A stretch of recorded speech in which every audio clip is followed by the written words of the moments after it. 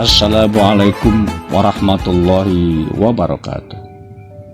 Alhamdulillahirabbil alamin.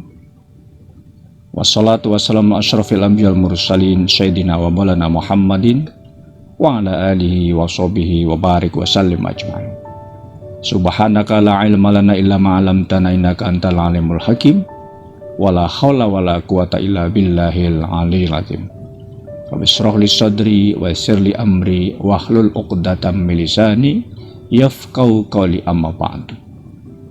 Para pemirsa SL Bank Implement Channel yang dirahmati Allah SWT, kita panjatkan syukur kepada Allah SWT atas limpahan rahmat, taufik dan hidayah serta inayah kepada kita semua.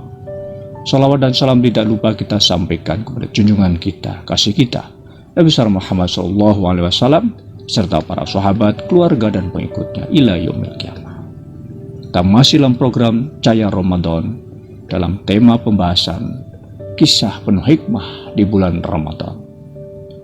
Di sore jelang buah puasa ini, tentu kita masih melanjutkan kisah hikmah atau kisah penuh hikmah dari bagian yang pertama kemarin, di mana kemudian kita sampai bahwasanya Sayyidina Ali karramallahu wajhah tidaklah terlambat daripada sholat subuh berjamaah, padahal waktu sholat subuh itu hampir habis, dan Sayyidina Ali karramallahu wajhah menemukan atau sempat mendapatkan Rasulullah masih ruku daripada rakaat pertama, sehingga dia bisa sempat mendapatkan daripada sholat berjamaah bersama Rasulullah Muhammad SAW.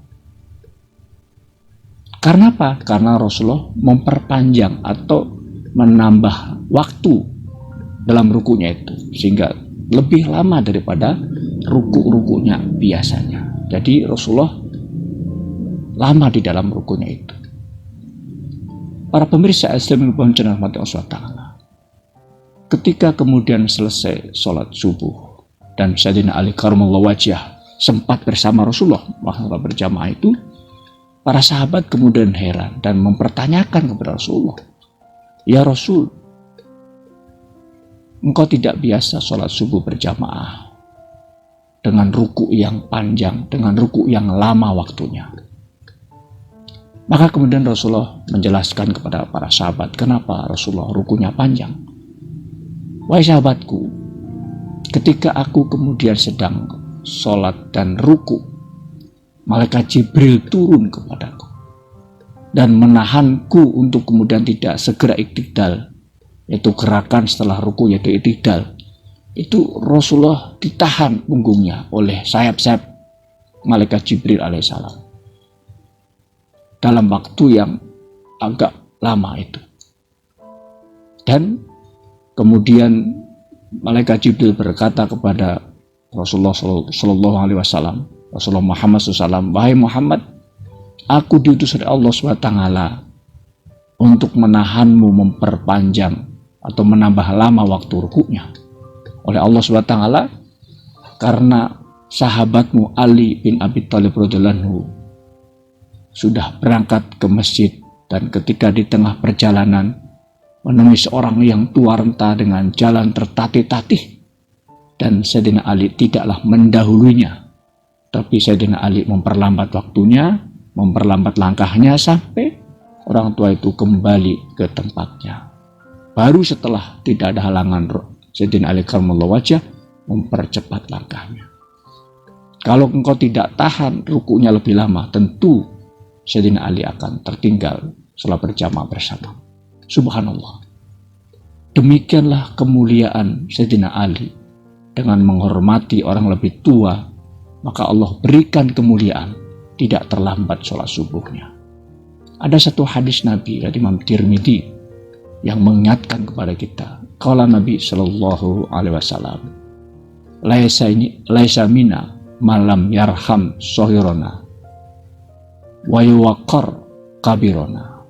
Tidaklah termasuk golonganku, tidak termasuk bagian umat Islam, umat Muhammad, yang dia tidak sayang kepada yang lebih muda dan tidak menghormati, tidak memuliakan kepada orang yang lebih tua.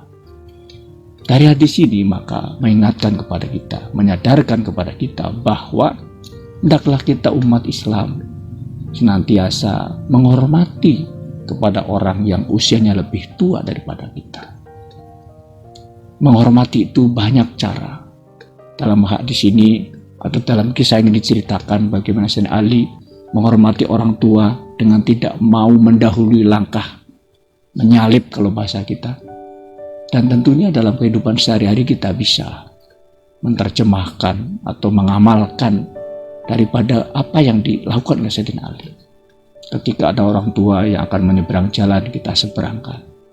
Atau ketika kita keluar dari kelas atau dari tempat apapun, ada orang tua yang mau keluar bersama kita melalui pintu, berantri, ya, maka kita dahulukan orang tua yang usianya lebih tua daripada kita. Apalagi kalau dia usianya sudah renta. Kalau kita naik daripada kendaraan umum, bis, kereta api, pesawat, di depan kita ada orang tua yang lebih tua, yang renta apalagi, maka tentunya kita persilahkan untuk kemudian lebih dahulu menduduki tempatnya.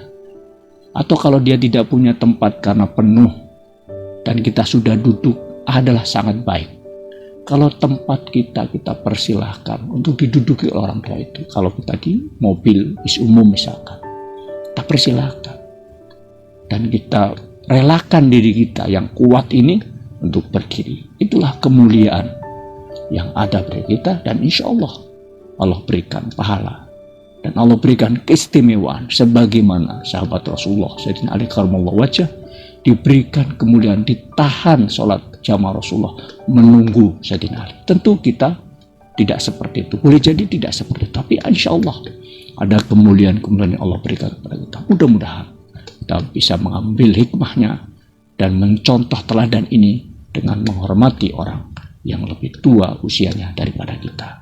Assalamualaikum warahmatullahi wabarakatuh.